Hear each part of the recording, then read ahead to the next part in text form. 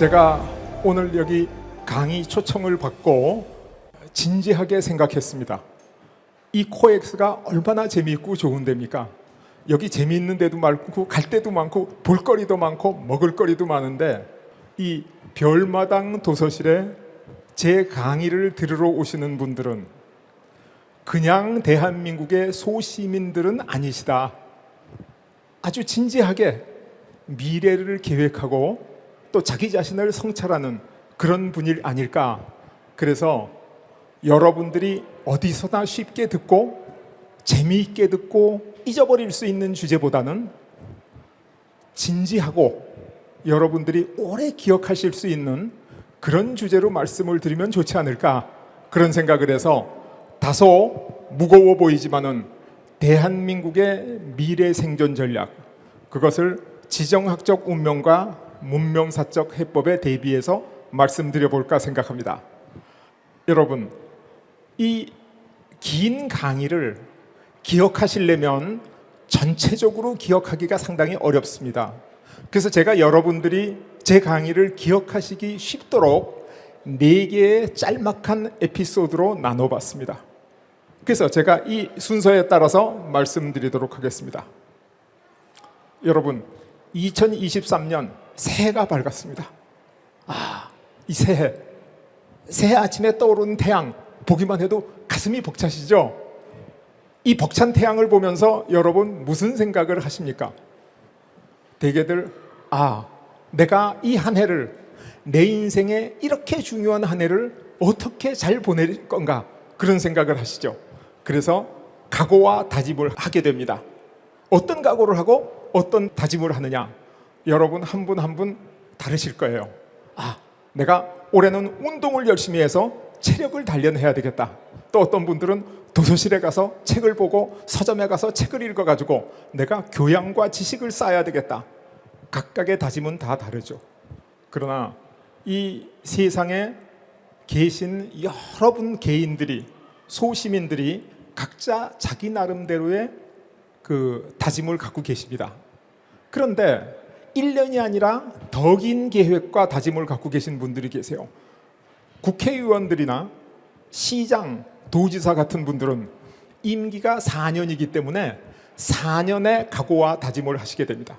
내가 우리 시민을 위해서, 아니면 대한민국 국민을 위해서 앞으로 4년 동안 어떻게 일할 것인가, 그런 생각을 하시겠죠. 대통령께서는 5년 각오와 다짐을 하시겠죠. 왜? 대통령 임기가 5년이니까 그렇겠죠. 그런데 우리 대한민국의 100년 대계를 생각하시는 분은 누가 있을까?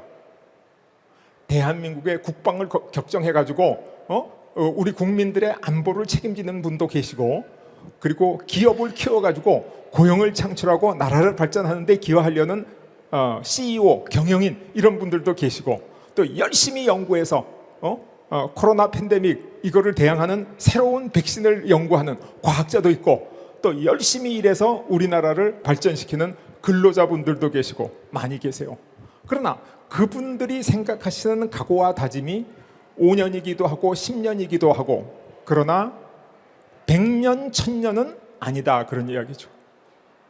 그런데 여러분들은 매년 새해가 오면 1년의 각오와 다짐을 했는데, 여러분의 긴 인생을 통해서 내가 대한민국 국민으로서, 한민족으로서 내가 단 한 번 대한민국의 100년 대계 1000년 역사에 대해서 한번 각오와 다짐을 해보면 어떤가, 그런 생각을 평생에 한 번쯤은 해보실 기회가 있으면 얼마나 좋을까, 그런 생각을 했습니다. 그래서 제가 오늘 국가 100년 대계의 각오와 다짐에 대해서 말씀드릴까, 이렇게 생각합니다. 과거에 대한 올바른 반성이 있어야 우리가 새로운 각오와 다짐이 성공할 수 있습니다. 왜? 새로운 과거는, 새로운 다가올 미래는 과거에 대한 반성으로부터 시작되는 거니까요. 반성이 잘못되면 각오도 잘못되고 다짐도 잘못될 수 있습니다.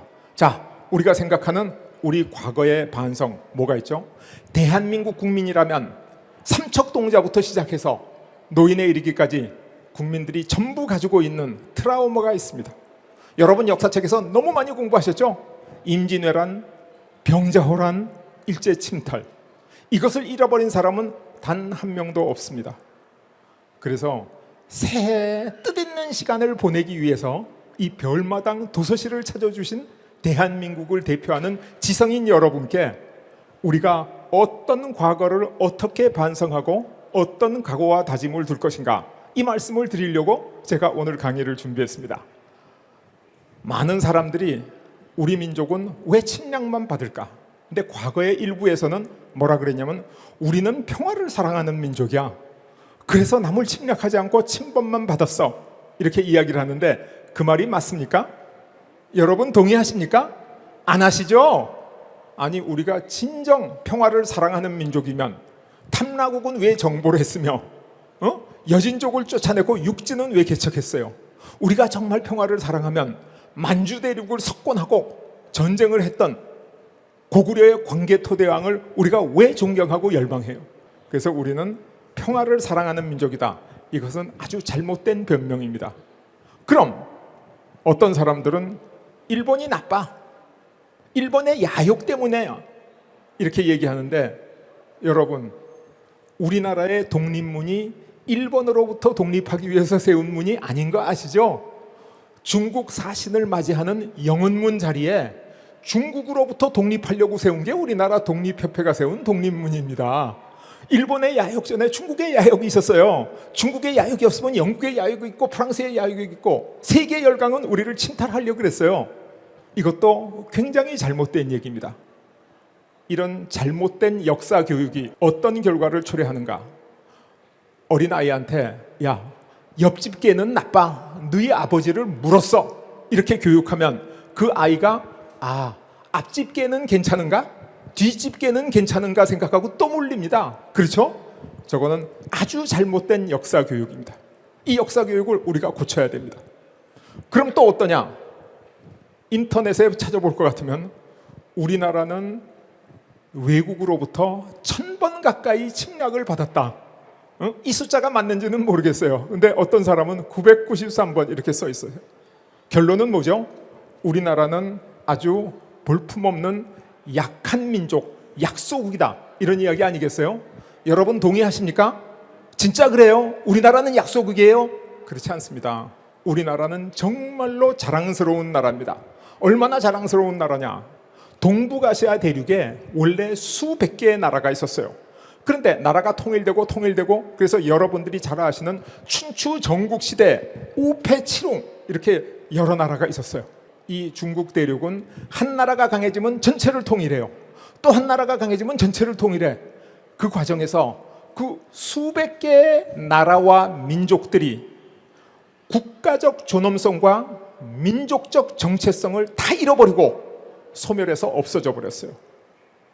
그런데 단 한 나라, 단 한 민족, 정말 강인한 민족이 아직까지 국가적 존엄성과 민족적 정체성을 그대로 지키면서 살아남은 나라가 있는데 그게 바로 우리나라고, 그게 바로 우리 한민족입니다. 정말 자랑스러운 역사예요. 그래서 우리나라 역사는 그렇게 약소국의 침략만 받는 역사가 아닙니다. 정말 우리가 자랑스러워해야 돼요. 여러분, 과거에 우리나라에 있었던 고조선과 고구려, 강대국입니다. 고조선은 중국 역사상 가장 중국이 강력했을 때가 한나라 무제, 한무제 시대라 그러는데, 한무제의 육군 5만 수군 8천의 평양성의 협공을 완전히 싸워가지고 이겨서 막아냈어요. 그래서 한무제가 후퇴하면서 대장군의 목을 자르고 다른 장군들을 수레바퀴에 묶어가지고 퇴각했다 하는 기록이 있습니다. 그러고 나서 고조선에서 내분이 일어나서 자멸하고 한사군이 설치됩니다. 고구려 여러분 아시죠? 인류 역사상 단일 전투로는 최대 전투라고 알려진 수양제 113만 대군을 완전히 쳐부셔가지고 수나라가 망해버렸어요. 수나라의 뒤를 이은 당나라, 당태종. 당태종 그러면 중국 역사상 가장 존경받는 황제인데, 당태종이 고구려를 쳐들어왔다 실패하고 돌아가서 죽을 때 뭐라고 유언을 했냐? 다시는 요동을 도모하지 마라, 고구려를 쳐들어가지 마라, 이걸 유언으로 남기고 죽었는데, 영계소문에 아들들이 네 분이 일어나서 고구려도 망했습니다. 그래서 전쟁에는 이길 수도 있고 질 수도 있지만은 고조선과 고구려는 대단한 강대국입니다. 또 통일신라, 한반도의 작은 나라로 알고 있죠. 물론 조금 작은 나라입니다. 그런데 나당 연합군을 만들어서 백제를 멸하고 고구려를 멸했는데 당나라가 배신을 한 겁니다. 그래서 백제 땅을 다 차지했어요. 고구려 땅도 다 차지했어. 그래서 신라가 절대로 용서할 수 없다. 그래서 백제 땅에 있던 80개 성을 일거에 쳐부셔가지고 전부 신라에 복속시키고 고구려가 있었던 그 만주 지역을 통일 신라가 선제 공격을 했어요. 그래서 나당 전쟁이 일어납니다. 그래서 오랫동안 나당 전쟁을 했는데 결국은 신라가 매소성이라는 데서 당나라 군대 20만을 완전히 쳐부셔서 군마만 3만 필 이상을 노역하는 대전과를 올리고 당나라와 신라가 화친을 맺고 전쟁을 중단하게 됩니다. 신라도 강소국이에요. 고려 말할 것도 없습니다. 대륙의 패권을 노리던 그란족의 요나라 청천강에서 강감참장군이 완전히 격파해가지고 다시는 조선을 넘보지 못했고, 고려는 인류 역사상 가장 강력한 제국, 가장 강력한 군대라고 알려진 몽골 제국의 군대와 30년을 항전했어요. 제가 이 강의를 유럽에 가서 역사학자들한테 했더니 그 사람들이 저한테 하는 얘기가 30년은 네가 잘못 말한 거 아니냐? 지구상의 징기스칸 군대와 3년을 싸운 나라도 없는데 어떻게 30년을 버텼냐? 고려가 진짜 30년입니다. 진짜 대단한 거. 그래서 통일신라와 고려는 강소국입니다. 그런데 조선이 들어오면서 조선을 어떻게 세웠냐? 작은 나라가 큰 나라한테 사대해야 된다. 그래서 사대주의 정신하에 조선을 세웠어요. 얼이 빠진 거죠. 민족의 기계가 없어진 거죠. 그래서 중국에 철저히 사대하고, 그 다음에 일본 제국주의가 쳐들어오는데 위정척사, 주자학으로 이 나라를 굳건히 지키자, 이런 엉터리 없는 생각을 하다가 일본의 나라를 뺏기고, 그것도 한번 멋지게 싸워보지도 못하고 나라를 일본에 갖다 바치고 조선 이왕과가 일본 왕족의 귀족으로 편입되는 이런 불상사가 생겼습니다. 그래서 조선은 정말 우리 역사에서 수치스러운 약소국의 역사입니다. 그러나 우리 대한민국은 약소국이 아닙니다. 강소국입니다. 대한민국의 경쟁력이 지금 세계 10위권을 들어갔죠. 대한민국의 군사력이 지금 세계 6위권이라 그러죠. 우리는 정말 강합니다. 이렇게 자랑스러운 나라. 그런데 우리가 자랑스럽다 그래서 우리가 어떻게 계속 침략을 받았는가? 우리가 아무리 자랑스러워해도 침략받은 역사가 없어지지는 않잖아요. 그래서 저는 소년 시절부터 우리나라의 역사에 대해서 열등의식을 좀 갖고 있었습니다. 우리는 왜 이렇게 침략받았지? 아무리 생각해도, 아무리 공부해도, 아무리 물어봐도 풀리지 않는 의문. 그게 우리가 침략받은 역사예요. 그런데 이것을 농업사회의 연안국의 저주라고 부릅니다. 왜 연안국의 저주냐? 제가 지금부터 말씀드리겠습니다. 이게 유럽 지도입니다. 이 유럽의 역사는 영국과 프랑스와 독일의 전쟁사라고 해도 과언이 아니에요. 영국과 프랑스가 얼마나 많이 싸웠냐? 100년 전쟁 이래에 세계 전쟁사에 이름이 나오는 큰 전쟁을 영국과 프랑스가 16번 했어요. 그런데 이 영국과 프랑스를 대비해보면 영국은 조그매요. 프랑스는 커. 국토가 2배가 넘고 인구가 프랑스가 3배가 넘어요. 그런데 항상 영국이 프랑스를 침략해요. 이상하지 않습니까? 왜 프랑스는 큰 나라가 작은 나라한테 침략을 받죠? 그 이유는 영국은 섬나라고 프랑스는 연안국, 바다와 내륙 사이에 낀 나라예요. 그러니까 영국 군대는 100% 해군입니다. 그죠? 프랑스 군대는 70%, 80% 육군, 해군 20, 30%. 그러니까 바다에서 싸우면 영국이 이기죠. 그러니까 영국이 프랑스로 와서 조금 싸우다가 안 되면 돌아가. 그럼 프랑스 육군은 영국으로 갈 수가 없어요. 바다 때문에. 그래서 섬나라와 연안국이 있으면 지정학적으로 연안국이 섬나라의 침략을 받을 수밖에 없다. 이게 지정학입니다. 그런데 프랑스 뒤에 있는 독일은 프랑스보다 작은 나라예요. 근데도 독일이 계속 프랑스를 침략해요. 어떻게 그렇게 되지? 큰 나라를 어떻게 작은 나라가 침략하지? 그게 아니라 독일은 옆에 있는 오스트리아, 폴란드, 체코, 슬로바키아 이런 나라들을 점령해가지고 덩치를 키운 다음에 밀고 내려오는 거예요. 그러니까 프랑스는 작은 섬나라 영국과 작은 내륙국가 독일의 침략을 피할 수가 없었다. 이게 연안국의 운명이고 지정학적 저주입니다. 그래서 제가 동북아시아 대륙을 보면서 우리가 바로 연안국이구나. 우리 한국 옆에 있는 일본은 섬나라인데 한국보다 훨씬 커요. 작은 게 아니라. 그죠? 임진왜란 때 12만 대군에서 15만 대군이 부산에 상륙했는데 그때 조선의 군대가 총 4만 8천 명밖에 없었습니다. 그것도 여진족 박는다고 북쪽에 가 있고 남쪽엔 군대가 없었어요. 그래서 일본군이 그냥 물밀듯이 밀려온 거예요. 그리고 중국이 한번 통일되면 독일 통일된 거에 10배, 20배 커요. 그러니까 천해로 온 거예요. 그러니까 우리 조상들이 못나고 우리가 나약한 민족이라서 침략받은 게 아니라 구조적으로 지정학적으로 연안국은 섬나라와 내륙국의 침략을 피할 수 없다. 이게 바로 지정학적 저주입니다. 이 자랑스러운 대한민국이지만은 연안국의 강소국의 운명, 침략받는 운명을 우리가 벗어날 수 없다. 과거 5,000년 동안 우리가 침략을 받았습니다. 그런데 문제는 앞으로 5,000년 동안 침략받지 않는다는 보장이 있느냐? 없다는 거예요. 앞으로 5,000년 동안 또 침략받을 겁니다. 중국하고 일본에. 이걸 어떻게 해야 되지? 그런데 정말 다행히, 정말 놀랍게 새로운 세상, 산업사회가 도래하고 있습니다. 산업사회 동반성장 시대가 도래하는데 이 산업사회가 어떤 사회냐면 농업사회는 경제성장이 감속하고 정체해요. 할아버지 때도 쌀 열까마, 아버지 때도 열까마, 아들 때도 열까마, 손자 때도 열까마. 경제성장이 정체해요. 그죠? 그런데 산업혁명이 일어나고 기술이 발전하니까 생산함수가 높아져.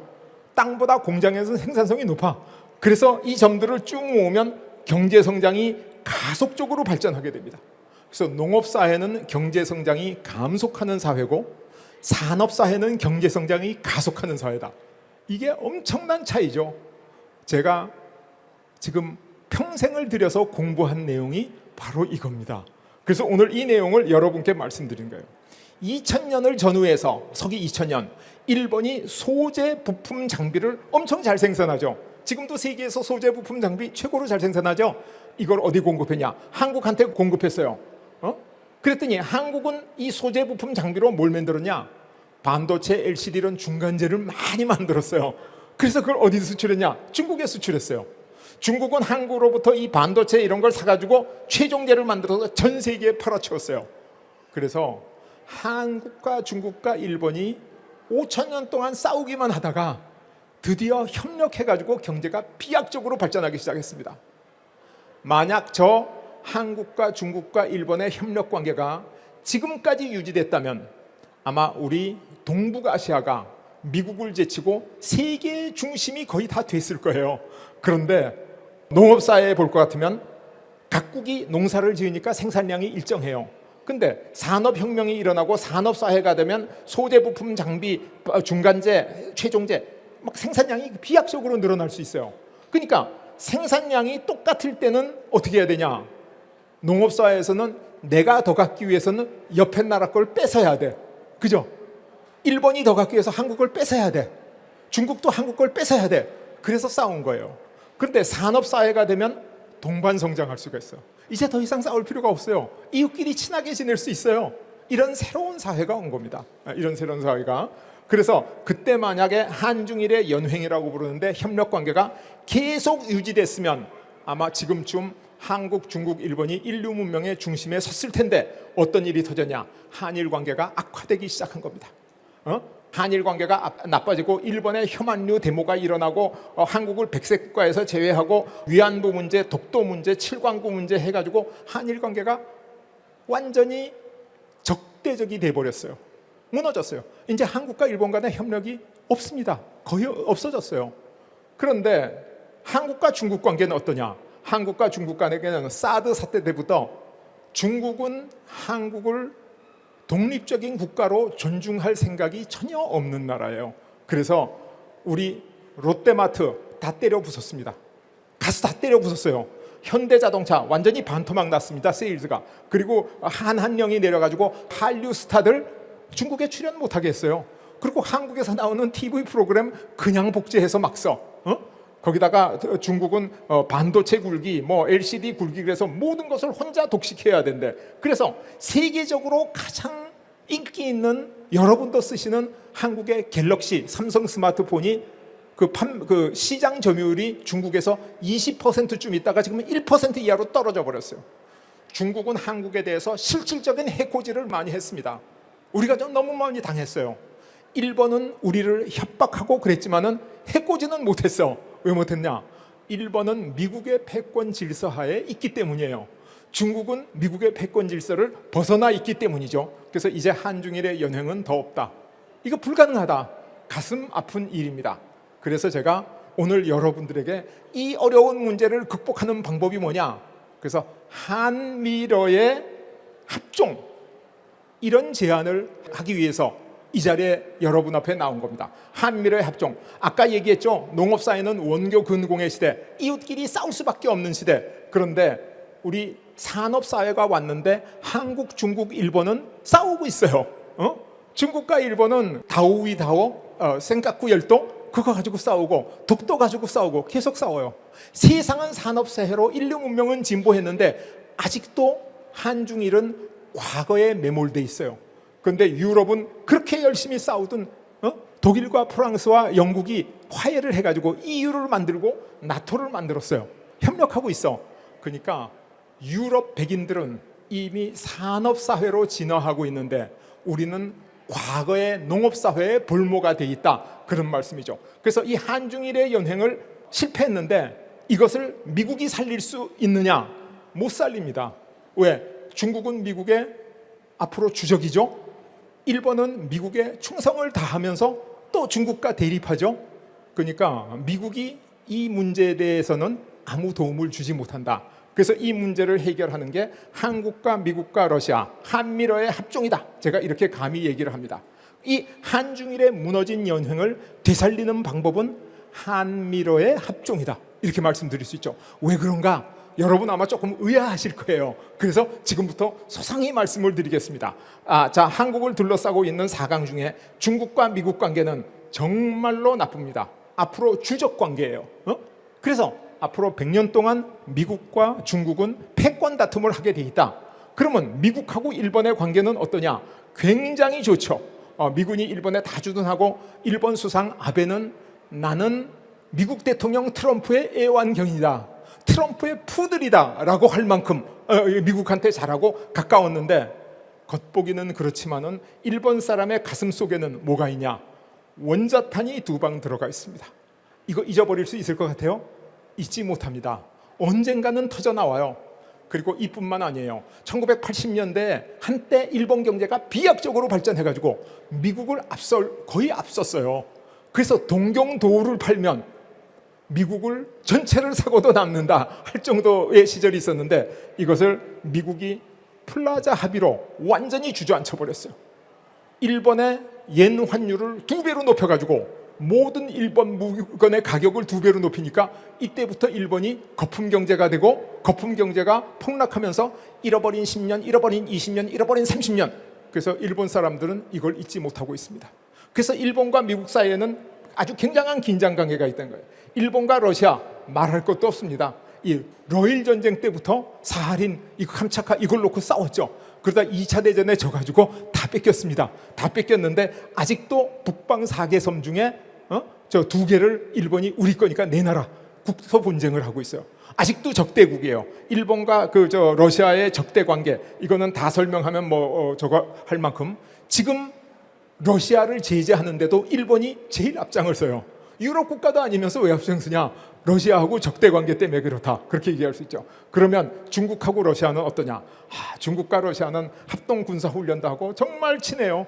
지금 우크라이나 사태가 터져서 두 나라가 협력해가지고 서방에 대항해야 돼. 그런데 러시아를 중국이 적극적으로 돕지 않습니다. 왜 안 도우냐? 러시아는 중국을 너무너무 싫어해요. 무서워해요. 중국이 강해서 무서워하는 게 아니에요. 왜 중국이 강하지도 않은데 무서워하냐? 중국 인구가 몇 명인지 아시죠? 14억 명. 러시아 인구가 1억 4천만. 러시아가 땅은 2배 가까이 넓어요. 중국 사람들이 슬슬 걸어서 러시아로 오면 러시아가 어떻게 되죠? 다 중국 돼요.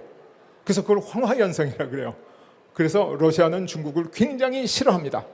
그래서 미국이 중국을 군사적으로 포위하고 러시아와 함께 완전히 포위하려고 그랬던 게 트럼프 대통령이 G7에 러시아를 복귀시키고 한국과 호주를 집어넣어서 중국을 포위하려고 그랬는데 언젠가는 이렇게 될지도 몰라요. 그래서 이 한반도를 둘러싸고 있는 주변 4강, 이 4강 사이에는 아주 팽팽한 긴장관계가 형성되어 있습니다.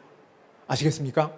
이 긴장관계는 마치 원심력처럼 작용하고 있어요. 근데 이 동북아시아에 균형이 있으려면 원심력과 구심력이 균형을 이루어야 되겠죠? 근데 구심력이 있느냐? 없어요. 여러분, 우리 태양계에 태양을 중심으로 수금, 지화 뭐 이런 그 위성 행성들이 수십억 년을 균형을 잡혀서 돌고 있는 이유는 원심력과 구심력이 균형을 맞추고 있기 때문이죠. 그런데 이 한국을 둘러싼 4강 중에 한중일의 연횡이 아까 말씀대로 무너져 버렸잖아요. 그러니까 구심력이 없어진 겁니다. 그래서 전임 문재인 대통령께서 우리가 동북아시아의 운전자가 되자, 동북아시아의 조정자가 되자, 아무도 상대도 안 해줬습니다. 너 혼자 얘기해라. 우리는 관심 자체가 없다. 여러분, 문재인 대통령이 북한한테 얼마나 잘해줬어요. 북한의 모든 응석 다 받아주고, 북한이 해달라는 거 우리가 먼저 해주고, 쌀을 줄까 약을 줄까 원하는 게 뭐야 다 도와줄게. 그런데 여러분, 북한에서 문재인 대통령을 얼마나 막말로 비하했는지 뉴스에 보셨죠? 북한이 왜 그러죠?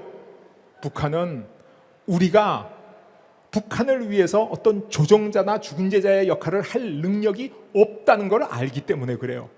귀찮아. 한국은 빠져라. 우리 미국하고 직접 협상하겠다. 우리 중국하고 직접 하겠다. 그게 북한의 입장이었어요. 그러니까 우리 이 한중일의 연횡이 깨지고 구심력이 없어졌다는 거, 이거 분명하죠. 그럼 이 구심력을 살리려면 어떻게 해야 됩니까? 방법은 하나, 한미러의 합종을 통해서 이 구심력을 확실히 살릴 수 있다라는 게, 제가 학부에서는 공과대학을 다녔습니다. 미국 유학 가서는 경제학을 공부했어요. 전공을 바꿔가지고. 서울대학교에 제가 교수를 하면서 지정학과 역사학을 완전히 새로 공부를 했어요. 그래서 제가 평생 공학, 경제학, 지정학, 역사학을 공부하면서 터득한 게 뭐냐? 바로 이걸 터득했습니다. 그걸 여러분들한테 오늘 지금 말씀드릴까? 그렇게 생각합니다. 자, 한미러의 합종, 왜 미국인가? 아니, 왜 미국이 꼭 들어와야 되지? 미국은 특별한 나라입니다. 우리가 힘이 있어서 독립한 게 아니에요. 미국이 일본을 쳐부셔가지고 우리가 독립을 공고로 얻은 거예요. 6.25 때 우리가 완전히 적화됐는데 메카더 장군의 인천 상륙 작전에 의해서 우리가 자유를 되찾은 겁니다. 그리고 그 후에도 우리가 미국의 원조 없이는 국가 예산이 없었어요. 우리가 먹고 유지할 수가 없었어요. 저희 초등학교 때는 학교에 가면 미국에서 주는 공짜 탈지 분유, 그거 받기 위해서 우리가 줄을 서서 기다리고, 그게 그렇게 맛있었던 그런 가난한 나라였어요. 그런데 우리가 월남전에 가가지고 미국과 함께 싸웠죠. 물론 미국과 싸운 나라는 많이 있습니다. 그러나 미국이 해외에 파병할 때 왜 파병하느냐? 미국의 해외 파병의 정당성은 자유와 민주와 번영을 위해서 싸운다, 이렇게 이야기를 해요. 그런데 지구상에서 미군이 가서 자유와 민주와 번영을 다 이룬 나라는 오직 대한민국 한 군데밖에 없습니다. 그래서 미국한테 우리는 정말 가치 있고 훌륭한 우방이에요. 그래서 미국이 단일 군사기지로는 해외 군사기지로 세계 최대인 평택의 캠프 험프리스 기지를 한국에 두고 있어요. 그리고 문재인 대통령 때 한미관계가 나빴다 그러는데 이 이상 나빠지지는 않습니다. 이게 한미관계의 특수성이고, 또 미국은 경제력으로 세계를 지배하고 있어요. 어떤 분들은 이제 중국이 곧 미국을 앞설 거야. 그거는 잘 모르시는 말씀이에요. 숫자상으로는 중국이 미국을 앞설 수 있어. 그런데 중국 사람은 그 경제력으로 14억 인구를 먹여 살려야 돼. 그러면 쓸돈이 별로 없어요. 무슨 말인지 아시겠죠? 미국은 인구가 3억밖에 안 돼요. 3억 5천밖에. 근데 중국은 14억이에요. 그러니까 중국의 GDP가 미국보다 넘어졌으니까 중국이 미국보다 힘이 있다. 그거는 절대로 아니라는 겁니다. 그리고 미국은 군사력이 세계 최강이에요. 대영 제국, 영국이 세계를 지배하는 원리가 뭐냐면 2+3 스탠다드라고 불러요. 그게 뭐냐면 영국이 세계 최강의 해군을 갖고 있는데 세계 2등국의 해군과 3등국의 해군 둘이 힘을 합쳐도 언제든지 우리는 쳐보실 수 있다. 그게 영국의 2+3 스탠다드인데 미국은 2+10 스탠다드. 세계 10개국이 힘을 합쳐도 미국을 못 당해요. 여러분, 이 미국 그래프가 너무 길어서 접어놓은 겁니다. 그리고 미국은 세계 포춘 500대 기업계도 상위 기업은 전부 미국 기업이에요. 미국은 대단한 나라예요. 미국은 월스트리트의 자금력, 기축통화의 발권력, 이 경제력과 실리콘밸리의 기술력을 가지고 세계를 지배하고 있어요. 그래서 여러분 많이 들어본 얘기 중에 지구상에서 일본을 가장 과소평가하는 나라가 한국이다. 한국인만 일본을 우습게 한다. 이런 얘기 들어보셨죠?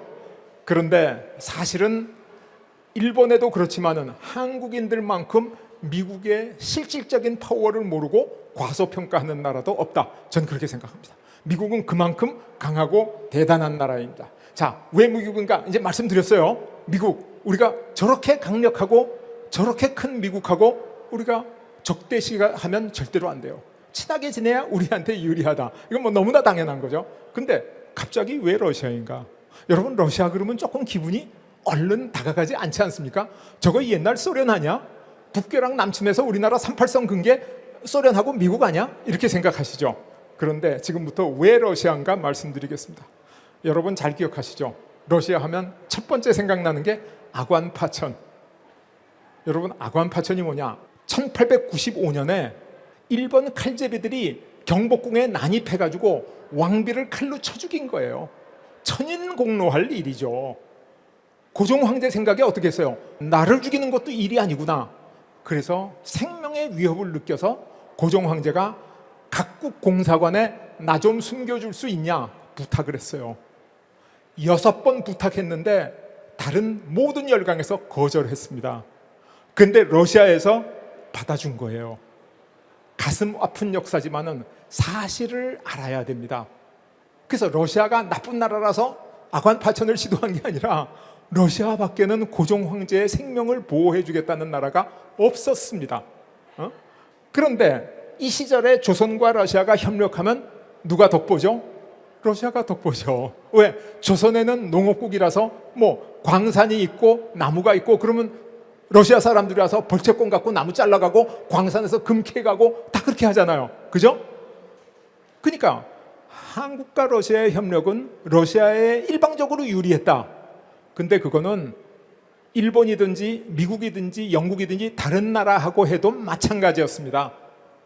다른 나라가 안 뺏어갈 걸 러시아가 뺏어간 건 아니에요. 그런데 세월이 흘러가지고 지금 어떻게 되냐? 한국은 세계에서 제일 강력한 산업 경제가 됐어요. 러시아는 지금 뭐 팔아서 먹고 살죠? 석유, 가스, 곡식 팔아서 먹고 살죠? 완전히 농업 경제가 돼버렸어요. 그래서 제가 박사과정 학생들한테 경제학 강의를 할 때 농업국의 경제를 피식 경제, 피식이 뭐죠? 초식 동물이 잡아먹히는 동물을 피식이라 그러죠. 잡아먹는 동물, 육식 동물을 포식자라 그러죠. 그래서 농업 경제를 피식 경제, 산업 경제를 포식 경제. 근데 지금 한국과 러시아의 협력은 누구한테 유리합니까? 우리 한국한테 일방적으로 유리합니다. 무슨 말인지 아시겠어요? 지금 한국과 러시아의 협력은 우리한테 무조건 유리할 수밖에 없어요. 구조적으로. 제가 이거를 박사과정 학생 한 달 동안 강의를 합니다. 왜 그런지를. 그런데 지금 우리가 일본하고 치열한 경쟁 관계입니다. 우리가 일본으로부터 섬유산업, 조선산업, 전자산업, 반도체산업 다 배워가지고 일본 거 다 따라잡고 뺏었어요. 일본은 우리하고 앞으로 더 치열한 경쟁을 할 겁니다. 중국은 우리한테 배웠어. 나라가 커. 지금 우리를 다 따라와가지고 우리 반도체, 우리 조선, 우리 저 가전 이거 다 잡아먹으려고 치열한 경쟁자예요. 중국과 일본은 한국의 엄청난 경쟁자예요. 경쟁 관계라는 게 뭐죠? 승자와 패자가 있는 거예요. 경쟁하면 이기고 지잖아요. 그러니까 중국과 일본은 한국과 경쟁 관계이고 적대 관계다. 미국하고는 상당히 보완적인 게 많이 있어요. 반은 경쟁이고 반은 보완이야. 러시아하고는 100% 보완입니다. 러시아에 있는 건 우리가 없어. 우리가 있는 건 러시아에 없어. 우리는 석유 한 방울 나오는데 러시아에는 석유가스가 무한정 묻혀 있어요. 러시아에는 로켓 쏘는 기초과학 무지 발전했는데 우리는 제품 만드는 응용과학이 발전했어요. 한국과 러시아의 협력은 누이 좋고 매부 좋은 찰떡궁합이다. 이게 현실입니다. 그래서 제가 이제 한미러의 합종을 얘기하는 거예요. 자, 그러면 이제 한국의 선택. 한미러가 합종을 해가지고 성공하면, 합종에 성공하면 어떻게 되냐면 한중일의 연횡이 되살아납니다. 여러분, 이웃이 마음에 안 들면 이사 가면 되잖아요. 그죠? 근데 나라는 이사 갈 수가 없습니다. 중국도 일본도 이사 안 가고 우리도 이사 못 가요. 그러니까 한중일이 어차피 같이 살아야 돼요. 근데 중국은 어떻게 생각하죠? 중국이 한국에 김치를 뺏으려고 그러고 한복을 뺏으려고 그러고 그렇게 많이 생각하는데 그거는 사실이기도 하지만 사실은 아닙니다. 중국은 한국 걸 뺏으려고 그러는 게 아니라 한국이 중국의 일부라고 원래 생각하고 있어요. 무슨 말인지 아시겠죠? 그런데 이 중국의 생각 아무도 바꿀 수 없습니다. 5천 년 동안 저렇게 생각해 왔어요. 우리가 바꿀 수 없어요. 그 다음에 일본, 옛날에 문재인 정부하고 아주 그 대립을 했다가 지금 우리가 협상을 하자고 손을 내미는데 일본이 안 잡아요. 신문에 다 보셨잖아요.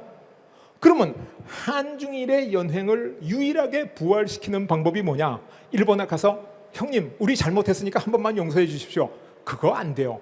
그래서도 안 되고 그럴 수도 없어요. 어떻게 되냐? 한국과 미국과 러시아가 힘을 합치면 중국이 우리나라를 국가로 인정하지 않을 수가 없어요. 그리고 일본 우익들이 우리한테 협조를 구하지 않을 수가 없어요. 일본 군국주의자들이 옛날에 조선에 침략할 때 어떤 논리를 썼냐면 일본 열도는 일본의 주권선이다. 국가라는 거예요. 그런데 조선반도는 일본의 이익선이다. 이렇게 이야기를 했어요. 조선반도가 어떻게 되느냐에 따라서 일본의 이익에 심각한 영향을 미친다는 거예요. 근데 한국과 미국과 러시아가 연대하는 순간 일본의 이익선은 완전히 무너집니다. 한미러의 합종이 생기면 일본이 우리한테 협상하자고 굽히고 들어오지 않을 수가 없어요. 이게 한미러의 합종입니다. 그래서 한미러의 합종과 한중일의 연행이 생기면 천하균형지계가 완성된다고 얘기하는 거예요. 여러분, 천하균형지계 못 들어보셨죠? 왜? 제가 만들어낸 얘기입니다. 근데 왜 저렇게 만들었냐? 여러분, 천하삼분지계는 수없이 들어보셨죠? 삼국지가 바로 천하삼분지계입니다. 제갈공명이 유비를 처음 만났을 때 천하삼분지계를 얘기해가지고 중국을 위나라, 오나라, 총나라로 나눠서 균형을 맞추자. 그게 바로 중국의 천하삼분지계였는데 중국의 천하삼분지계는 몇 년 갔죠? 60년 갔습니다. 그래서 천하삼분지계는 천하삼분 10년지계다. 그런데 중국과 일본 사이에 연안국의 지정학적인 저주에 빠진 한국, 5천 년 동안 침략을 받지 않을 수가 없었던 한국이 이 저주를 벗어나는 천하균형지계는 천하균형 천년지계라고 제가 이름하고 있습니다. 여러분, 우리 후손들한테는 침략받지 않는 자랑스러운 조국 물려줘야 되지 않겠어요? 그죠? 그래서 제가 말씀드렸습니다. 자, 마지막으로 드릴 게 인류 문명의 미래는 지구온난화에 의해서 북극 항로가 녹아내리고 북극 항로가 녹아내렸는데 그 북극 항로가 바로 러시아의 영해입니다. 인류의 미래가 여기 있다는 거죠. 저게 북극 항로가 녹는 장면이고 이게 지구를 동그랗게 그렸을 때 북극 항로하고 우리가 많이 쓰는 남방 항로, 수에즈 운하 항로를 그린 건데 한국에서부터 유럽까지 가려면 이 남방 적도를 지나가지고 2만 킬로를 가야 되는데 얼음이 녹아서 북극 항로로 가면 13,000킬로, 7,000킬로가 절약됩니다. 엄청나게 빨라져요. 그럼 경제가 굉장히 많이 발전하겠죠. 그래서 사실은 인류 문명의 중심이 아시아에 있었습니다. 그런데 이 유럽 항로가 터지면서 이 인류 문명의 중심이 서쪽으로 옮겨가기 시작했고, 그 다음에 대서양에 삼강무역이 생기면서 완전히 산업혁명이 일어나가지고 인류 문명의 중심이 아시아에서 유럽으로 가버렸어요. 이 아시아가 인류 문명의 4대 발명품이라고 하는 나침판, 종이, 인쇄술, 이거 전부 다 우리 아시아에서 나왔잖아요. 근데 그 유럽 사람들이 세계의 중심이 돼가지고 아시아를 완전히 식민지로 삼게 된 게 이 새로운 항로 때문이에요. 그런데 지금 머지않아 지구온난화 현상에 의해서 북극 항로가 녹아내리면 앞으로 인류 문명을 이끌 4차 산업혁명이 저 북극 항로 중심으로 일어나게 된다라는 말씀입니다. 왜 4차 산업혁명이 북극 항로를 중심으로 일어나냐? 요거 제가 또 한 2-3시간 강의해야 될 내용입니다. 그래서 오늘은 여러분들한테 다 말씀을 드리지는 않겠는데 산업혁명이 일어납니다. 이 내용은 제가 이코노믹 그로스라는 책하고 패권의 비밀이라는 책에 아주 소상히 써 있습니다. 자, 지금 미국이 세계의 중심이 됐는데 미국은 어떻게 그렇게 빨리 발전할 수 있었는가? 미국을 중심으로 해서 대륙 횡단 철도를 놓고 그 대륙 횡단 철도를 중심으로 사람들이 모인 거죠. 왜 났죠? 골드러시 때문에 났죠. 캘리포니아에서 금이 난다. 그래서 막 수십만 명의 사람들이 모여드니까 금을 캐서 돈 번 사람보다도 청바지를 팔아서 돈 번 사람이 많다 할 정도로 이 미국의 발전이 아주 급속히 이루어졌습니다. 그런데 이 극동 러시아의 동쪽 여기만 해도 620만 평방킬로미터예요. 근데 인구가 600만 명밖에 안 살아. 거의 비어 있어요. 왜? 추워서. 얼음 땅이기 때문에. 그런데 이 남쪽에 연해주부터 서서히 지구온난화가 되기 때문에 그 추운 동토가 옥토로 변해가고 있어요. 우리 자손 때가 되면 한반도나 아열대 기후가 됩니다. 대구사가 옛날 말이에요. 이제 우리가 연해주 사과 사다 먹어야 돼요. 한국에서는 바나나하고 키위하고 이런 거 키우게 돼요. 우리는 아열대가 되고. 그래서 우리 옛날 발해의 고토 이 지역에 이 얼음 땅들이 지금 옥토로 변해가고 있습니다. 이 시베리아 대륙에 고속도로를 놓을 수 있는 사람, 제일 잘 놓을 사람이 누구죠? 한국 사람이에요. 우리가 여기다가 고속도로를 놓으면 이 주변에서 우리의 빵집, 프랜차이즈, 떡집 엄청나게 돈을 벌 거예요. 그래서 인류 문명에 우리가 중심에 다시 설 수 있는 계기가 온다. 감히 그렇게 말씀드릴 수가 있죠. 감히 그렇게 말씀드릴 수가 있습니다. 근데 이 미국 골드러시에 비해서 지금 한국과 러시아가 연대만 하면 저 러시아의 저 넓은 땅 1700만 평방킬로미터 미국의 거의 2배 가까운 땅, 저 땅을 활용할 수 있는 사람이 우리 후손들이다. 아니 왜 우리 후손들이에요? 중국이 들어오는 건 러시아가 굉장히 싫어해요. 왜? 중국 사람들이 다 들어오면 중국 땅이 되니까. 일본하고는 적대 관계예요. 그래서 러시아는 우리한테 손을 내밀고 있는데 러시아가 내미는 손을 뿌리친 게 누구냐? 우리입니다. 모르셨죠? 러시아가 시베리아 천연가스 파이프라인을 38선 휴전선까지 놔줄 테니까 받아라. 우리가 안 받았습니다.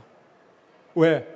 우리나라의 지도자들이, 우리나라의 지식인들이 문명사적 시각이 없는 거예요. 대통령 5년 이상 보신 분 별로 없는 것 같아요. 우리나라의 장관 1년 이상 보는 사람 없어요.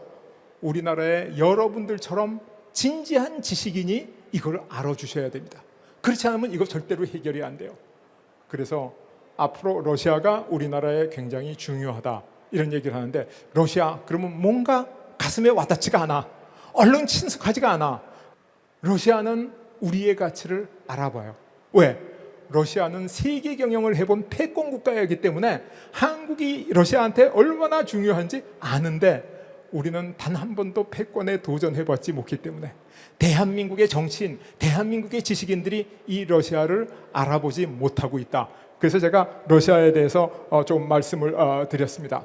자, 여러분, 지도를 펴놓으면 북극 항로가 길어 보이는데 실제로는 그렇지 않습니다. 지구가 동그랗기 때문에. 그래서 북극 항로는 굉장히 효율적인 항로고, 저 북극 항로만 터지면 우리나라는 인류 문명의 중심에 설 수 있습니다. 저 북극 항로. 원래 유럽 사람들이 대서양 항로를 개척하기 전에 북극 항로를 개척하려고 무지무지하게 애를 썼어요. 왜? 가까우니까. 근데 추워서 못 갔어요. 얼음이 얼어서. 근데 지구온난화 때문에 지금 이 얼음이 녹고 있다는 겁니다. 제가 이 자리에서 말씀드리는 게 뭐냐면, 지금 숨 쉬는 인간, 코로 숨 쉬는 인간 중에 인류 문명사에 가장 큰 족적을 남긴 사람이 누가 될 거라고 생각하세요? 저는 단연 일론 머스크를 꼽습니다. 일론 머스크는 내연기관 자동차의 시대를 전기차 시대로 바꾼 사람이에요. 그죠? 이거는 인류 문명사의 족적입니다. 일론 머스크가 지금 뭐 하고 있죠? 스페이스 X라는 회사를 만들어 가지고 지구가 10,000원이니까 사람들을 화성의 식민지를 만들어서 화성에 인간의 생활 터전을 만들겠다는 거예요. 그랬더니 이 아마존의 제프 베조스가 그래? 나는 달에 갈 거야.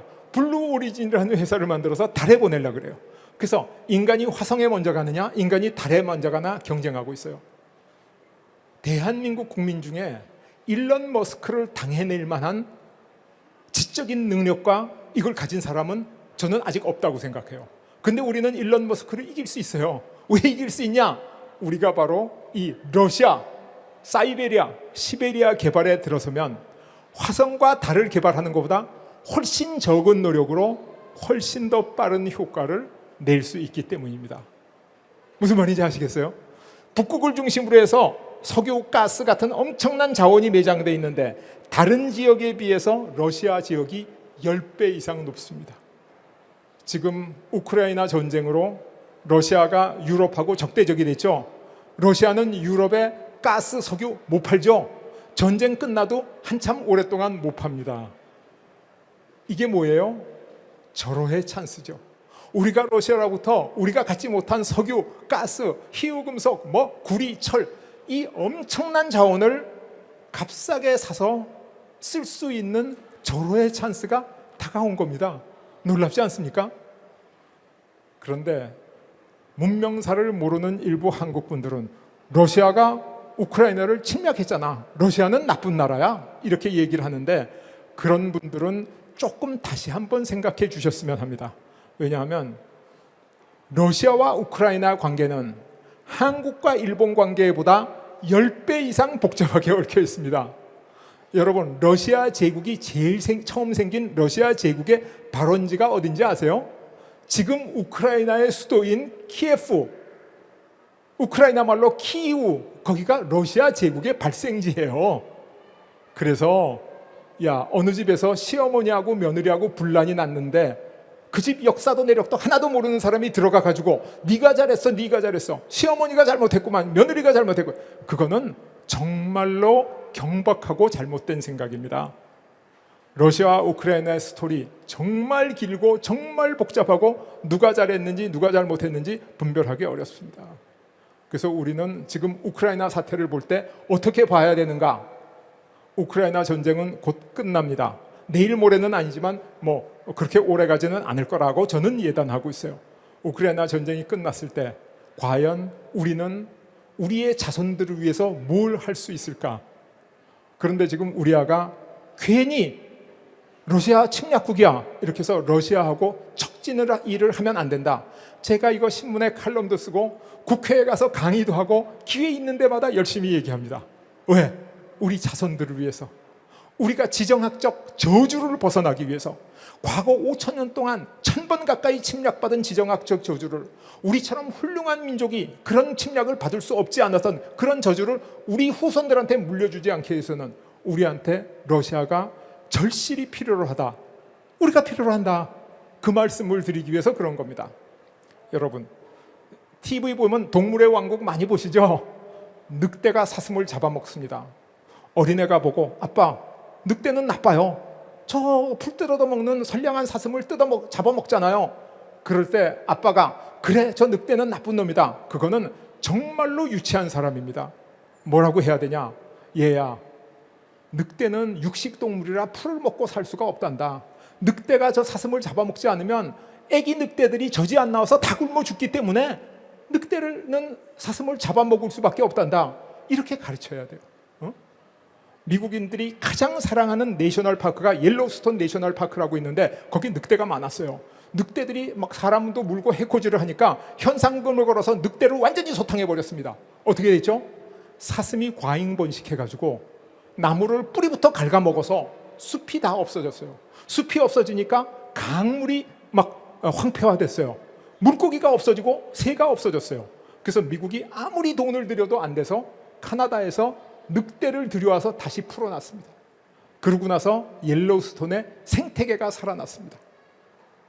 여러분, 제가 지금 드리고 있는 말씀, 여러분들이 지금까지 들은 얘기하고 조금 차이가 있으시고 각도가 다르실지 모르죠. 그런데 이 좋은 시간, 새해 별다방에서 재미있게 얘기하시는 분들한테는 가벼운 얘기가 필요하지만은 별마당 서점을 찾아가지고 정말 중요하고 진지한 얘기를 듣고, 내가 매년 새해가 시작될 때마다 1년 계획을 세웠는데 내 평생을 통해서 우리 민족, 우리 국가의 100년 대계를 한번 생각해 보겠다, 그런 생각을 가지신 분들이 여러분들 중에 계실 거다라는 확신을 가지고 제가 이 말씀을 구구절절히 드리고 있는 겁니다. 그래서 지구온난화로 북극 항로가 녹아내리면 이 1700만 평방킬로미터 되는 이 사이베리아, 이 동토가 어떻게 되냐, 지금 미국보다도 더 풍요한 젖과 꿀이 흐르는 땅으로 변해갑니다. 그게 우리 후손들이 가야 될 길이에요. 우리 후손들이 가야 될 길. 그래서 이 지구온난화와 북극항로, 한미로의 합종, 이것을 제가 오늘 여러분들한테 아주 말씀드렸습니다. 자, 우리의 각오와 다짐, 첫 번째, 지정학적 저주에서 이것을 문명사적 축복으로 바꾸려면 우리 이 강소국, 우리 대한민국, 이 대한민국을 그대로 둬서는 안 된다. 축복으로 바꿔야 된다. 저주받은 연안국의 저주를 축복으로 바꾸려면, 그래서 그렇게 하려고 그러면 지구온난화, 북극항로, 4차 산업혁명, 그리고 한국, 미국, 러시아의 합종은 불가피한 선택이다.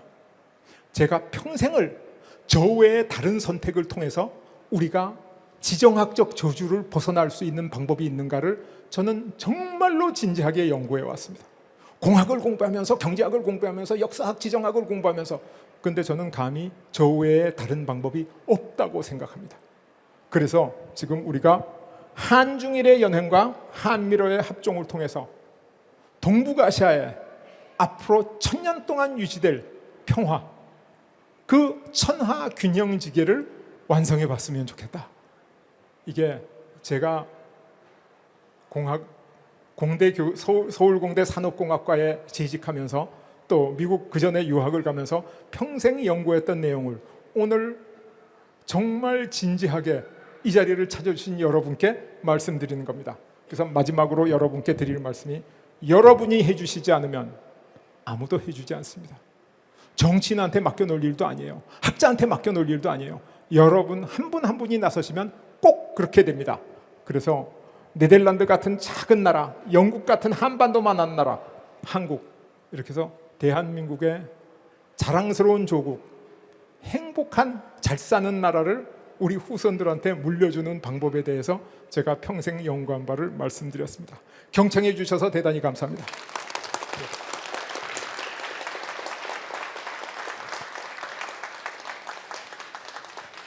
사실 제가 조금 더 짧게 말씀드리고 질문을 받을까 했었는데 제가 이 중요한 내용을 한 말씀이라도 더 드린다고 좀 길게 말씀을 드렸는데, 혹시 여러분들 중에서 질문이 있으시면 제가 성의껏 답변해 올리겠습니다.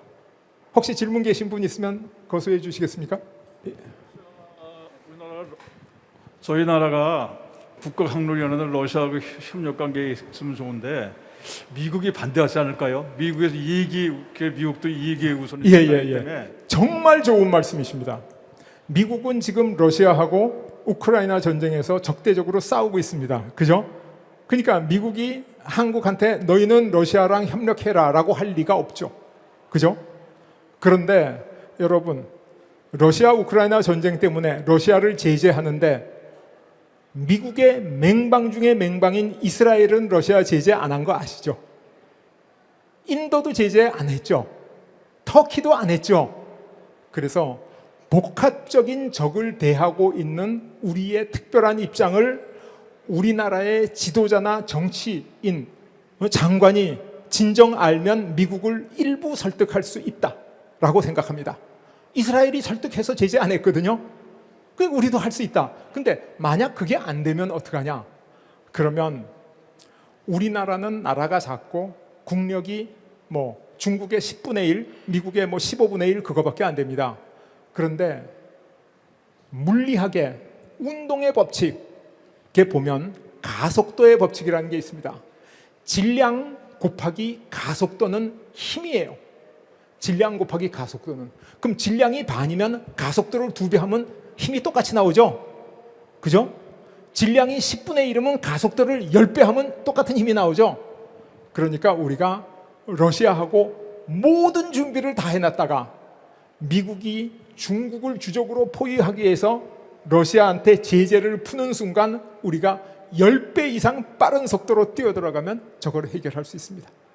그래서 반은 설득할 수 있다라고 생각하는데, 설득이 안 되더라도 우리가 기민하게 더 빨리 뛰어들면 그 속도로 바로 우리가 가지고 있는 어려움을 극복하고 할 수 있습니다. 그런데 미국이 러시아에 대한 제재를 영원히 안 풀면 어떡하냐? 그거는 제가 평생 공부를 걸고 자신합니다. 미국은 중국이 주적이기 때문에 언젠가는 러시아에 대한 제재를 풀 수밖에 없고, 풀지 않고는 미국이 중국과의 헤게모니 쟁탈전에서 절대로 이길 수 없다. 질문하신 데 대한 대답이 됐습니까? 감사합니다. 혹시 또 다른 질문 있으시면 네, 교수님 오늘 명강의 잘 들어서 아주 뜻깊은 날인 것 같습니다. 감사합니다. 제 질문은 예. 아까 말씀하실 때 그 천연자원 가스 파이프를 우리 휴전선까지. 예, 휴전선까지 그 까는 거에 대해서 의사결정을 우리 측에서 반대했다고 하셨는데, 그 배경이 제가 짐작하건대는 그쪽에서 가스를 공급하다가 필요에 따라서 끊어도 우리가 대응을 못하니까 위험하다는 그런 게 깔려 있는 것 같은데, 거기에 대해서 좀 그 이유라든지 이런 배경이 좀 궁금합니다. 예. 아주 체계적이고 좋은 질문을 해주셨습니다. 옛날에 푸틴이 연임 규정 때문에 계속 수상을 못하니까 자기 친구 메드베데프라는 사람한테 수상자를 빌려준 적이 있죠. 그죠? 그랬다 다시 수상됐죠. 그 메드베데프 시절에 메드베데프가 북한의 김정일을 울란우데라는 데로 오라고 불렀습니다. 러시아에. 김정일은 비행기가 떨어질까봐, 암살당할까봐 비행기를 안 타요. 그래서 기차 타고 울란우데까지 갔어요. 그래서 그때 메드베데프하고 김정일의 협의에 의해서 휴전선까지 가스 파이프라인을 깔아주겠다라고 약속을 받았습니다. 그게 다 공표가 됐어요. 그랬는데 우리가 미국에서 셰일가스를 사오느라고 그것을 안 받아버렸어요. 그런데 많은 사람들이 천연가스 파이프라인을 묻어놨다가 러시아가 그걸 끊어버리면 어떡하냐 걱정하죠. 우리 천연가스 뭘로 들어옵니까? 탱커로 들어오죠. 카타르나 미국에서 오는 석유 탱커는 한국으로 오다가 방향을 틀어서 딴 데로 얼마든지 갈 수 있습니다. 그죠? 근데 한번 파이프라인을 묻어놓으면 한국에 밖에 못 보내요. 한국에 보내지 않으면 그거 다 버려야 돼요. 폭파돼요. 그래서 파이프라인이 묻혀 있으면 우리 받는 사람 입장에서는 훨씬 더 바게닝 파워, 협상력이 커집니다. 그래서 지금 미국에서 오던 가스 탱커들이 유럽으로 가고 있잖아요. 그러니까 우리가 석유를 탱커로 사오고 가스를 탱크로 사오는 건 상당히 위험합니다. 그 배가 어디로 갈지 모르니까.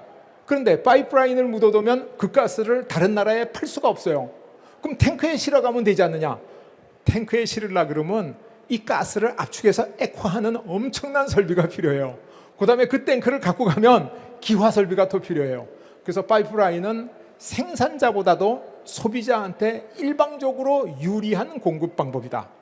그래서 많은 사람들이 러시아가 끊으면 어떻게 하냐 하는 걸 고민하는데, 러시아가 끊을 위험보다는 다른 데서 오는 가스가 지금 남중국해에 중국하고 미국 사이에 대포 한 방만 쏘면 우리나라에 들어오는 그 석유, 가스 탱커들 전부 다 멎어버립니다.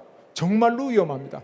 그래서 우리가 남방에서 탱커로 들어오는 석유하고 북방에서 파이프라인이 들어오는 석유가 있으면 우리나라의 에너지 문제는 훨씬 더 안전해진다. 이렇게 말씀드릴 수 있습니다. 감사합니다. 혹시 저기 서 계신 분 질문 하나 더 받아도 되겠습니까? 예. 교수님, 저희가 지정학적으로 줄타기 외교를 저는 개인적으로 해야만 한다는 생각을 갖고 있거든요. 예.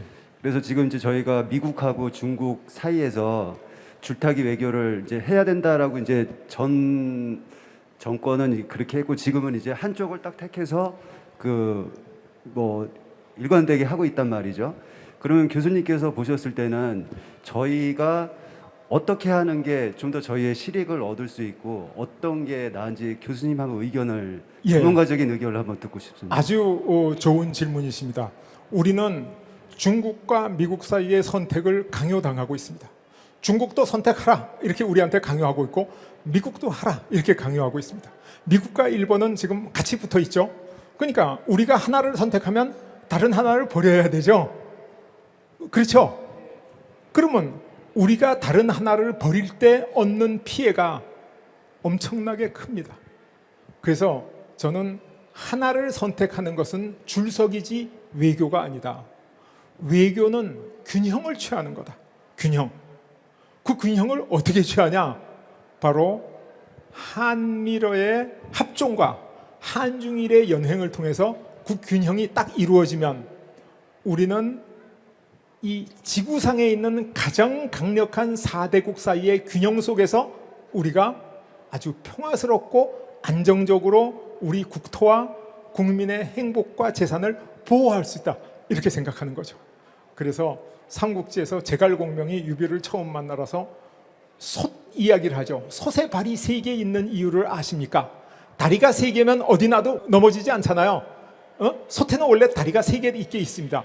그 얘기를 하면서 북쪽에 있는 조조의 위나라와 동쪽에 있는 손권의 오나라와 우리 촉한이 3개의 다리처럼 버티면 중국 천하가 안정됩니다. 이렇게 이야기를 해가지고 유비가 제갈공명을 총리 대신 영입해가지고 제갈공명의 모든 국사를 다 맡겼죠. 그러니까 천하삼분지계의 균형이라는 게 정말 절묘한 균형입니다. 그런데 중국은 하나다라는 천하통일관이 있어가지고 천하삼분지계가 60년 만에 무너져 버리죠. 그런데 유럽은 여러 나라로 쪼개져 있잖아요. 그죠?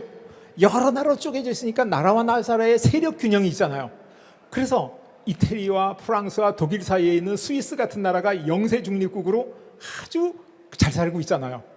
그래서 유럽은 분열돼서 균형을 취하기 때문에 아주 잘 사는데 중국은 항상 통일되면 한 번 잘못된 쪽으로 가면 나라 전체가 몰락하죠.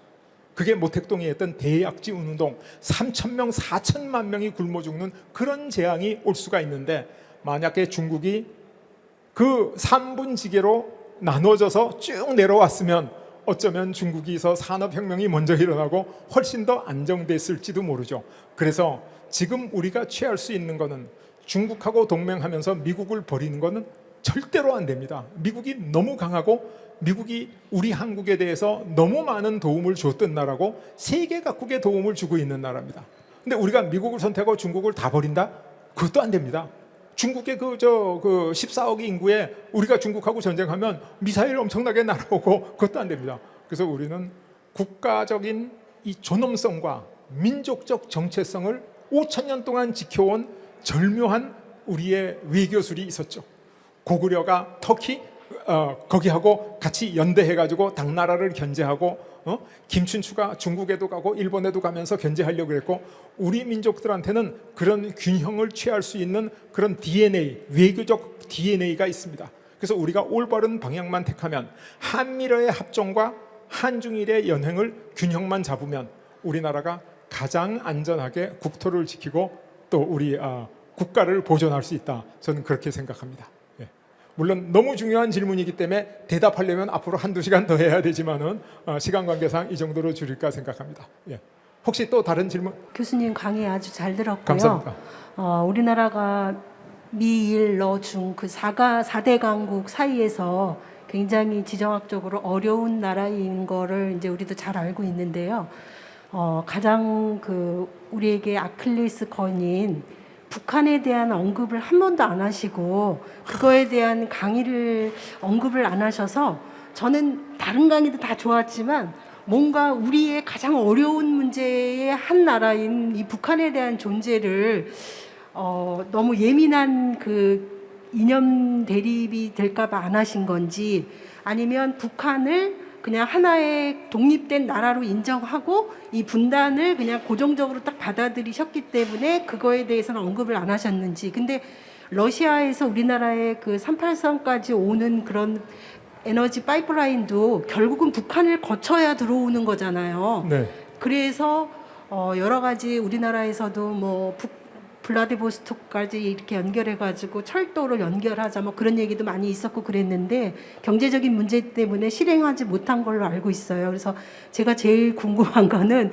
교수님께서는 과연 이 북한과 우리 대한민국과의 이 그 외교적인 문제라든가 통일 문제가 미일러 중에 그 4강 가운데서 우리가 취해야 할 태도도 참 중요하고 그 뭐 줄타기 외교도 얘기가 나왔지만 과연 한민족이고 같은 한반도 안에 살고 있던 동일한 민족인데 지금 러시아하고 우크라이나도 동족 간에 싸우고 있는 거거든요. 그렇죠. 사실은. 근데 그렇습니다. 지금 우리도 6.25 전쟁이 바로 동족 간의 싸움이었잖아요. 예, 예. 이거는 세상에서 가장 불행한 일이고 가장 슬픈 일이에요. 그래서 예. 저는 교수님 강의에서 그 북한 문제에 대해서 이거를 논의하지 않았다는 거, 경제적인 측면에서나 외교적인 측면에서나, 그래서 과연 교수님은 이 어려운 이 뜨거운 감자인 북한과의 관계를 어떻게 생각하시고 어떻게 하는 것이 예. 우리 대한민국의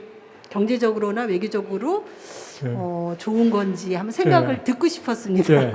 제가 보통 학생들한테 강의할 때 오늘 제일 좋은 질문을 해준 학생한테 상을 준다. 그런데 오늘 정말로 수준 높고 좋은 질문이 처음부터 나왔어. 지금까지 나왔지만 지금 질문해 주신 분은 국제 정세에 대한 확고한 개념을 갖고 계세요. 그리고 제 강의의 맹점이 뭔지도 정확하게 짚어내시는 분이에요. 그래서 오늘 제가 받은 질문 중에 최고의 질문이 마지막 질문이었다, 이렇게 생각을 하는데 거기에 대해서 제가 좀 말씀을 드리도록 하겠습니다. 우리 민족의 염원이 꿈이 뭐죠? 통일이죠. 통일만 하면 모든 게 다 이루어질 걸로 우리가 생각하죠. 근데 뒤집어서 통일되면 왜 좋습니까? 통일되면 뭐가 좋아요? 우리 민족이니까 얼싸안는다고? 그거는 굉장히 감각적인 얘기예요. 근데 대부분의 사람이 얘기하는 게 남북한이 합치면 8천만 명 정도의 인구가 되고 8천만 명 정도의 경제력이면 세계 굴지의 경쟁력이 된다, 그렇게 얘기를 하죠. 지구상에서 인구가 8천만 이상 1억 가까이 되는 나라가 16개 있습니다. 베트남까지. 근데 그 16개 그 큰 나라 중에 선진국은 미국하고 일본 딱 2개밖에 없습니다. 나머지 다 후진국이에요. 무슨 말인지 아시겠어요? 인구가 많아서 좋은 게 아닙니다. 유럽에서 잘 사는 나라, 스칸디나비아, 노르웨이, 스웨덴, 핀란드 인구 1,000만이 안 됩니다. 베네룩스 3국, 벨지움, 네덜란드, 룩셈부르크, 국민소득 제일 높은 3개국, 거기 인구 제일 많은 나라가 네덜란드에 1,700만 명밖에 안 돼요. 그래서 인구가 남북한 많아서 8천만이 돼서 우리나라 통일해야 된다는 것은 그거는 가설 자체가 틀린 겁니다. 두 번째, 북한의 지하자원이 많다, 이런 얘기 많이 있죠. 있기는 있지만은 그렇게 많지 않습니다. 그리고 북한의 지하자원이 있다 그래서 우리나라가 발전하고 우리나라가 잘 살게 되는 게 아니에요. 그것을 뭐라고 부르냐? 자원의 저주라고 부릅니다. 지하자원이 많고 나라가 발전한 나라는 지구상에 영국하고 미국밖에 없어요. 다른 나라는 지하자원이 많으면 다른 나라가 뺏으려고 쳐들어가지고 오히려 더 나빠져요. 그리고 지하자원이 많으면 사람들이 게을러져. 가장 대표적인 나라가 석유자원이 가장 많은 베네수엘라, 지금 경제가 완전히 최악이죠. 그래서 자원이 많아서 그렇다는 것도 전혀 말이 안 됩니다. 그러면 어떻게 해야 되냐? 북한은 국가가 아니라 그냥 전제, 독재도 아닌 전제 집단입니다. 김씨 왕조에 의한 집단이에요. 그런데 이 집단이 원자탄을 가지고 있어요. 원자탄을 가지고 있어. 그래서 그것은 현실적으로 미국하고 우리가 힘을 합쳐서 쳐부시면 한국 사람이, 많은 사람이 목숨을 잃게 돼요. 해코지를 당하게 돼요. 그러니까 가만두면 점점 더 날뛸 수도 있어요. 그래서 미국과 러시아, 중국과 일본이 동북아시아의 균형을 취하는데 적극 협력하게 되면 북한이 큰 일을 내지는 못합니다. 그런데 우리가 몸에 병이 있는데, 암에 걸렸든지 아주 나쁜 병이 있는데 고칠 수가 없어. 고칠 수 없는 병이 많이 있죠, 아직도. 그럼 어떻게 해야 되죠? 현상을 유지하고 이게 해결될 때를 기다리는 거예요. 그래서 북한 문제는 지금 당장 해결책이 없고 해결하기 위해서는 너무나 많은 피를 흘려야 되기 때문에 북한을 지금 건드리지 않고 놔두고 한미러의 합종과 한중일의 연행이 생기면 북한이 더 이상 커나가고 이 해코지를 할 수가 없게 됩니다. 그래서 제가 북한 얘기를 언급하지 않았어요. 질문이 나오면 얘기하고 시간이 물론 한 30분 더 있었으면 얘기하겠죠. 그래서 북한 문제에 대해서는 이거는 지금 당장 해결할 수 없는 아주 희귀암 같은 게 걸렸다. 이거 수술해서 잘라내려 그러다간 몸이 많이 상한다. 너무나 대가를 많이 치러야 된다. 현상 유지를 하자라는 게 제 생각입니다. 그 다음에 북한이 지금 북핵 문제가 어느 정도 어떻게든지 해소되면 어떻게 되겠어요? 북한 경제가 막 일어나겠죠? 미국이나 유럽에서 투자가 막 들어가겠죠? 그럼 북한에서 반도체를 만들겠습니까? 자동차를 만들겠습니까? 배터리를 만들겠습니까? 그런 거 못해요. 기술이 없어서. 뭘 하냐? 우리가 80년대에 했던 운동화, 이런 굉장히 저부가가치 공해산업으로 먼저 시작해요. 북한에는 석탄이 많아요. 그것도 저질탄이 많아. 질이 좋은 석탄은 중국에 다 수출하고 이 저질탄을 북한에서 떼고 공장을 돌리고 난방을 하기 시작하면 어떻게 되냐? 서울은 지구상에서 완전히 공기가 제일 나쁜 미세먼지의 지옥이 됩니다. 여러분, 옛날 서울 올림픽 때 신문에 뭐가 났냐 하면 유럽이나 선진국 선수단이 훈련 캠프를 일본에 차리고 한국에 와서 게임만 하겠다, 그런 기사가 났었어요. 왜 그러냐? 한국의 미세먼지하고 공해가 너무 심해서 한국에 와서 훈련을 하면 운동선수가 폐를 버린다 그랬는데, 앞으로 북한이 북핵 위기가 해결되든지 김정은이 잘못해서 죽든지 개과천선하든지 해가지고 개방을 시작해서 산업을 발전시키면 어떻게 되냐? 서울의 미세먼지는 지구상에서 최악의 먼지가 됩니다. 중국에서 날아오는 미세먼지는 겨울 한철 날아오고 말죠. 그죠? 개성에서 날아오는 미세먼지는 1년 12달 서울을 지옥으로 만듭니다. 그러면 우리가 북한에 뭘 해줘야 돼요? 그 비싼 석유하고 가스를 사다 줘야 돼요? 그 비싼 석유하고 가스 사다 줘가지고 거기서 운동화, 추리닝 같은 저부가가치 상품을 만들면 하나도 흑자나는 게 없어요. 유일한 방법이 뭐냐? 러시아에 거의 무한정 묻혀 있고 지금 유럽에서 안 사가려 그러는 천연가스 파이프라인을 북한을 통과하게 하고 통과료로 가스를 북한에 넉넉하게 줘버리는 겁니다. 그럼 북한은 저질 석탄을 떼지 않고 천연가스를 떼가지고 우리나라의 공기를 깨끗하게 유지하면서도 우리 나라를 발전시킬 수 있는 거죠. 그래서 제가 천연가스 파이프라인에 대해서도 칼럼도 쓰고 책도 쓰고 열심히 연구하고 주장했는데, 이 천연가스 파이프라인 러시아에서 들어오는 건 우리를 위해서만 중요한 게 아니라 대한민국의 에너지 안보를 위해서만 중요한 게 아니라 북한의 경제 가별을 위해서 필히 준비해낼 요소예요. 그런데 북핵 문제 해결하자, 북핵 문제 해결하자 얘기하는 정치인은 많은데, 그래, 북핵 문제 해결되고 나서 북한에서 날아오는 그 미세먼지, 그 아오지 탄광에서부터 나오는 저질탄을 연탄으로 공장에서 떼서 나오는 그 엄청난 미세먼지를 어떻게 감당할 것이냐에 대해서는 한 번 걱정하는 분도 안 계세요, 우리나라에. 그래서 오늘 정말 중요한 질문을 해주셨는데, 우리 북한 문제에 대해서는 우리가 지금 수술해서 해결하려고 그러면 사람을 죽일지도 모른다. 그러니까 수술하는 것보다는 현상 유지를 하자, 이런 생각을 제가 가지고 있는 거죠. 그리고 통일, 그게 우리 뭐 사람마다 존경하는 분이 다른데 어떤 분들은 이승만 대통령 존경하고 어떤 분들은 백범 선생 존경하고 우리나라의 그 혈혈한 그 훌륭한 그 독립투사들 전부 통일이 소원 아니셨습니까? 그거는 80년 전 얘기입니다. 여러분, 옛날에 우리나라 손기정 선수가 베를린 올림픽에서 금메달 땄죠?